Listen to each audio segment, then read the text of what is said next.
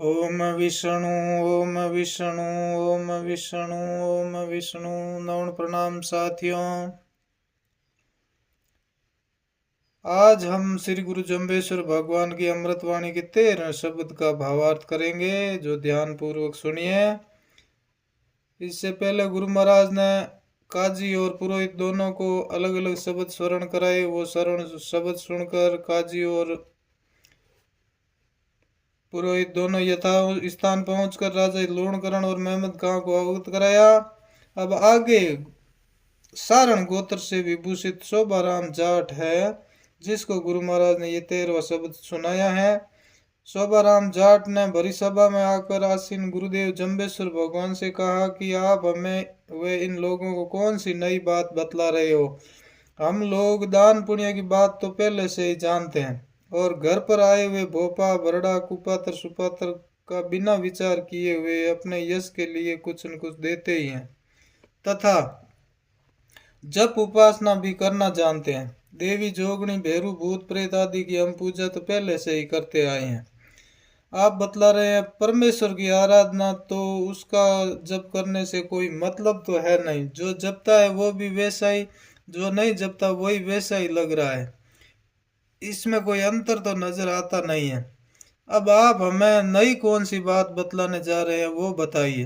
तब श्री गुरु जम्बेश्वर भगवान ने कहा कि हे मूढ़, मैं तेरे को असली भेद बताऊंगा, जिससे तू इस संसार सागर से पार उतर जाएगा। इस प्रकार कहकर गुरु महाराज ने यह शब्द सुनाया। ओम काय रे मूर्खा ते जन्म गुमायो, भुय भारी ले भारू जा दिन तेरे हो। मन जापन तपन क्रिया गुरु न चीनो, ओम पंथ न पायो एहल गई जमवारू।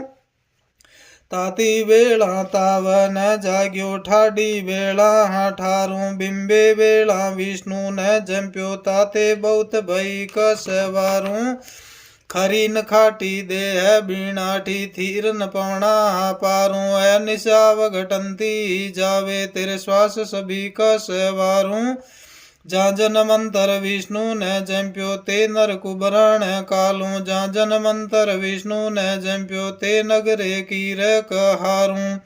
जाजन मंतर विष्णु न जम्प्यो, ते कांद सहे दुख भारू। जाजन मंतर विष्णु न जम्प्यो, ते घृणतण करे अहारू। जाजन मंतर विष्णु न जम्प्यो, ताको लोही मास बिकारू। जाजन मंतर विष्णु न जम्प्यो, गावे गाडर शहरे सुवर। जन्म जन्म अवतारू।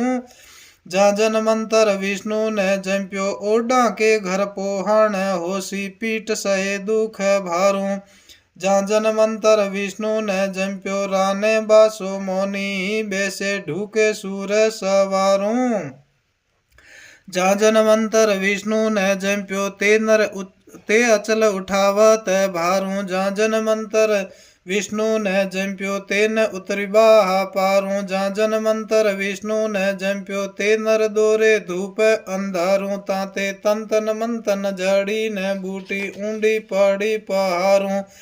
विष्णु न दोष किशोरे प्राणी, तेरी करणी का उपकारू। इस प्रकार गुरु महाराज शोभाराम जाट को ये शब्द सुना रहे हैं कि हे मूर्ख, तूने इस अमूल्य मानव जीवन को व्यर्थ में ही समाप्त क्यों कर दिया। ये तुम्हारे हाथ से निकल चुका तो फिर लौट कर नहीं आ सकता है। इस संसार में रहकर भी तूने चोरी जारी निंदा झूठ आदि पापों की पोटली ही बांधी है। जब इस संसार में आया था तो काफी हल्का था, निष्पाप था, किंतु यहाँ आकर इन पापों की पोटली से स्वयं को बोझ से दबा रहा है। इस धरती को भी भार मार रहा है। उन दिनों में अब तू स्वस्थ था, पहले तू स्वस्थ था, तथा अमावस्या आदि पवित्र दिन थे। उन दिनों में तूने हवन जब आराधना तपस्या तथा शुद्ध सात्विक क्रियाएं करनी चाहिए थी। इस संसार में रहते हुए तुझे गुरु की पहचान करके उनसे संबंध स्थापित करना था, तथा उन सदगुरु से प्रार्थना करके सदमार्ग के बारे में पूछकर उन पर चलने का प्रयत्न करना चाहिए था। यह शुभ मार्ग तुमने नहीं किया तो तेरा यह जन्म तो व्यर्थ ही चला जा रहा है। प्रत्येक दिन में 3 बेलाएं आती हैं, प्रातः, दोपहरी और साय ठंडी बेला। उसी प्रकार से मानव जीवन की भी 3 अवस्था है। बाल्य अवस्था यह बिंबे बेला है, युवा अवस्था यह ताती बेला है क्योंकि जवानी का खून गर्म होता है, तथा वृद्धा अवस्था यह ठंडी बेला है, यह अंतिम अवस्था है, इसमें तेज मंद हो जाता है। हे प्राणी, इन तीनों अवस्थाओं में तूने भगवान विष्णु का भजन किया नहीं तो बहुत ही कमी रह गई है, अपने जीवन को सफल कर नहीं पाया, इससे बढ़कर और ज्यादा हानि क्या हो सकती है। आगे गुरु महाराज कहते हैं, शुभ कर्तव्य कर्म तो तूने किया नहीं, वैसे ही आल जंजाल में फंसा रहा। इस ऊहापोह में तेरे शरीर की आयु व्यतीत हो गई, क्योंकि इस संसार में कोई भी वस्तु स्थिर नहीं है। पवन, पानी, तेज, पृथ्वी आदि सभी का समय निश्चित है, इसलिए तेरा श्वास भी स्थिर कैसे हो सकता है। दिन और रात्रि करके तुम्हारी यह सीमित आयु घटती जा रही है, तुम दिनों दिन छोटा होता जा रहा है। ये तेरे प्रत्येक श्वास बड़े कीमती है, एक एक श्वास का मूल्य चुकाया नहीं जा सकता। जिस मानव ने परमपिता परमेश्वर अवतारधारी सर्व जन पालन पोषण करता भगवान विष्णु का स्मरण नहीं किया, वह चाहे भले ही मृत्यु के उपरांत दूसरे जन्म में मानव योनि को प्राप्त कर ले, किंतु वह अच्छा सुस्वस्थ मानव कदापि नहीं हो सकता। उसे किसी दुखी परिवार में जन्म लेना पड़ता है, वह काले रंग का दुष्ट प्रकृति वाला होगा, या नगर में रहकर कीर कहार बनकर दिन भर गद्दे की तरह भार उठाएगा। मानव शरीर तो प्राप्त हुआ, किंतु विष्णु कृपा बिना पवित्र श्रीमानों के घर पर जन्म मिलना अति दुर्लभ है। जिस प्राणी ने सर्वत्र व्यापक विष्णु भगवान परमात्मा का एकाग्र मन से जप नहीं किया, वह जन्म जन्मांतर में कंधे पर भार उठाने वाला शरीर प्राप्त करेगा, तथा अत्यधिक भोजन करने वाला शरीर, जो कभी पेट भी भरता नहीं हो, सदा भूखे रहने वाले पशु पक्षी मानव शरीर को धारण करेगा। जिस प्राणी ने मानव शरीर धारण करके हरि नारायण विष्णु की सेवा पूजन तन मन धन से नहीं किया, उसके लोही मांस में सदा ही विकार पैदा होता रहेगा, अर्थात सदा ही रोगी रहेगा, और दूसरे जन्मों में गांव में गाडर भेड़ का जन्म होगा, तथा शहरों में सूअर का जन्म धारण करना पड़ेगा, जिसे सदा ही दुख झेलना पड़ेगा। मानव शरीरधारी को स्वकीय मूल स्वरूप देवाधिदेव विष्णु परमात्मा की प्राप्ति के लिए उन्हीं परम सत्ता से संबंध स्थापित करना चाहिए। संबंध स्थापित करने का प्रमुख साधन विष्णु का नाम स्मरण है।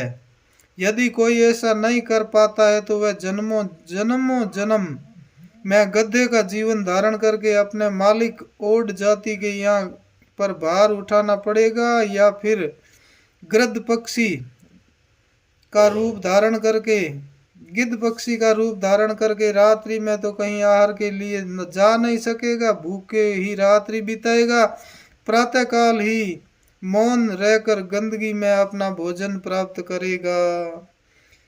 आगे गुरु महाराज कहते हैं, जिस पंच भौतिक शरीरधारी जीवात्मा उस मानव ने अनंत अवतारधारी भगवान विष्णु को हृदयस्थ नहीं किया है, उन्हें 84 लाख जिया जुनी रूपी अचल भार को उठाना पड़ेगा, बार बार जन्म मरण के चक्कर में आना पड़ेगा। वह संसार सागर के दुखों से पार तो नहीं हो सकता और बार बार जन्म मरण को प्राप्त होता हुआ कठिन अंधकार में भयंकर नरक में गिरेगा।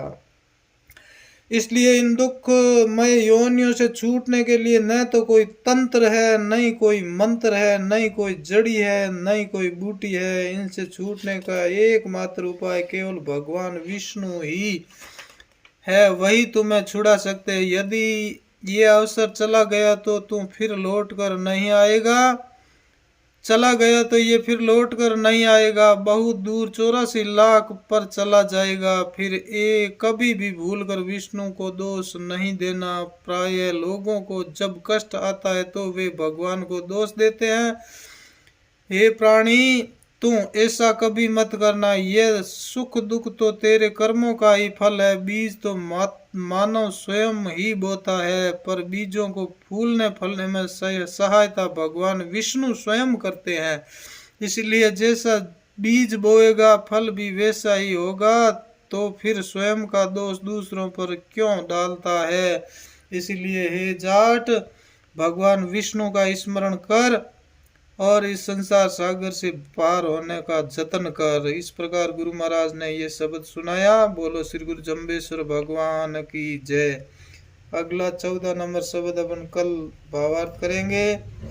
बोलिए सदगुरुदेव जम्बेश्वर भगवान की जय, श्री विष्णु भगवान की जय।